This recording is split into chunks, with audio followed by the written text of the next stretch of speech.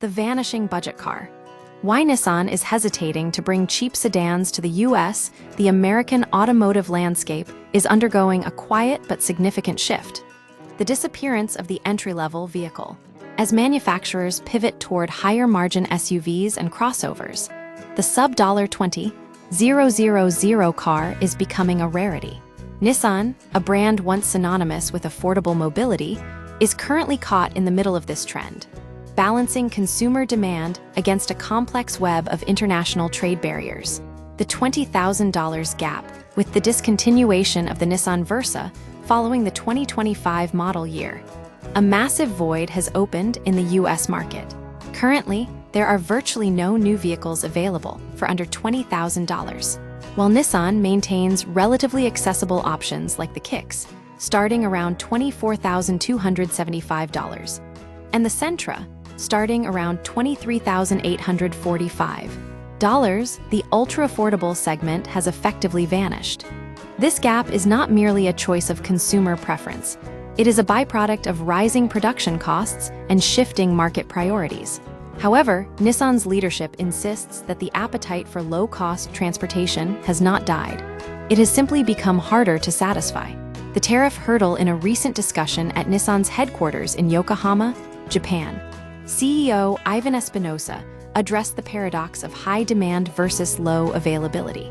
According to Espinosa, the primary obstacle to bringing budget-friendly models like the Versa back to US shores is not a lack of interest, but the cost of trade policy. I think there is a market for ultra-affordable cars, and we still see the demand. But what's making it very difficult is the context. There was a question about tariffs earlier. The question is how to get to the right price. The math is simple but punishing. Many affordable models are manufactured in Mexico.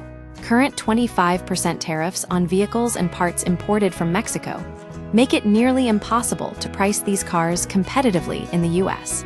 To maintain profit margins under these tariffs, the sticker price would rise above the very threshold that makes the car affordable. A tale of two markets. While the US market faces these barriers, Nissan is moving forward with production elsewhere.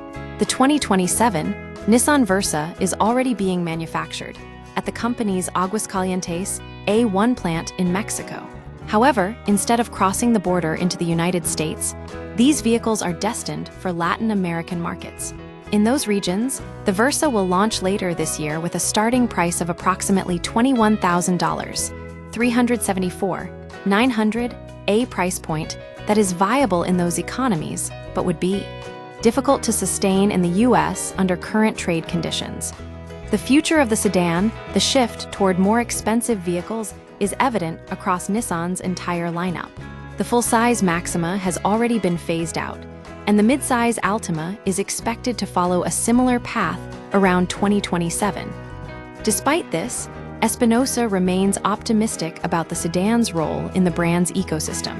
He notes that the Sentra has moved up in its positioning, essentially occupying the market space once held by the Altima. Looking ahead, Nissan is monitoring the landscape for a potential opening, perhaps a model priced similarly to the Kicks.